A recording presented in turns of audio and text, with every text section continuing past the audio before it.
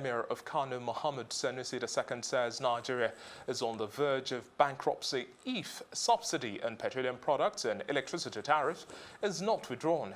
Sanusi, who spoke at the third National Treasury Workshop organized by the Office of the Accountant General of the Federation in Kano, advised President Muhammadu Buhari's administration to withdraw subsidy and utilize the funds in development projects such as education, health and infrastructure. The Emir of Kano explained that it was not wise to spend 70% of the nation's economy on debt servicing, while only 30% was spent on funding subsidies, such that loans had to be the last resort to even pay salaries. He described this development as a vicious cycle, and Sanusi feels, and I quote, if truly President Buhari is fighting poverty, he should remove the risk on the national financial sector and stop the subsidy regime, which he described as fraudulent.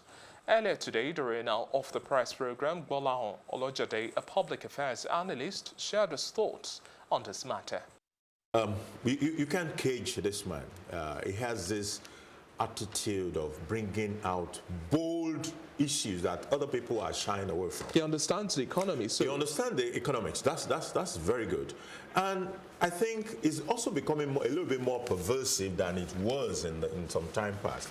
That we need to remove subsidy. We must remove it.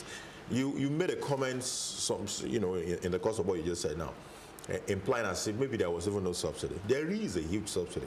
I was in that sector. There is subsidy, it's a reality. And if we're going to move forward in this nation, if we're going to deal with that corruption that we say we want to deal with, we must remove subsidy. It's a black hole with no accountability. And it's an incentive, a huge incentive to fraud and corruption. Feeding subsidy, paying subsidy is absolutely unsustainable. Remove it. Okay. But we have to move away from that. We cannot continue to pay these billions and trillions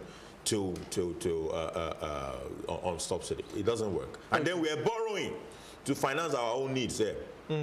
So we pay subsidy out, then we go borrowing to come and finance what we need. I think the president on his part has dragged on this matter for a long time. He probably did not believe in it somehow. But this is the way to go. I've seen Kachiku struggle with this, trying to sell this for a long time until he practically just hands off and stop talking about it. This is the way to go. Full subsidy.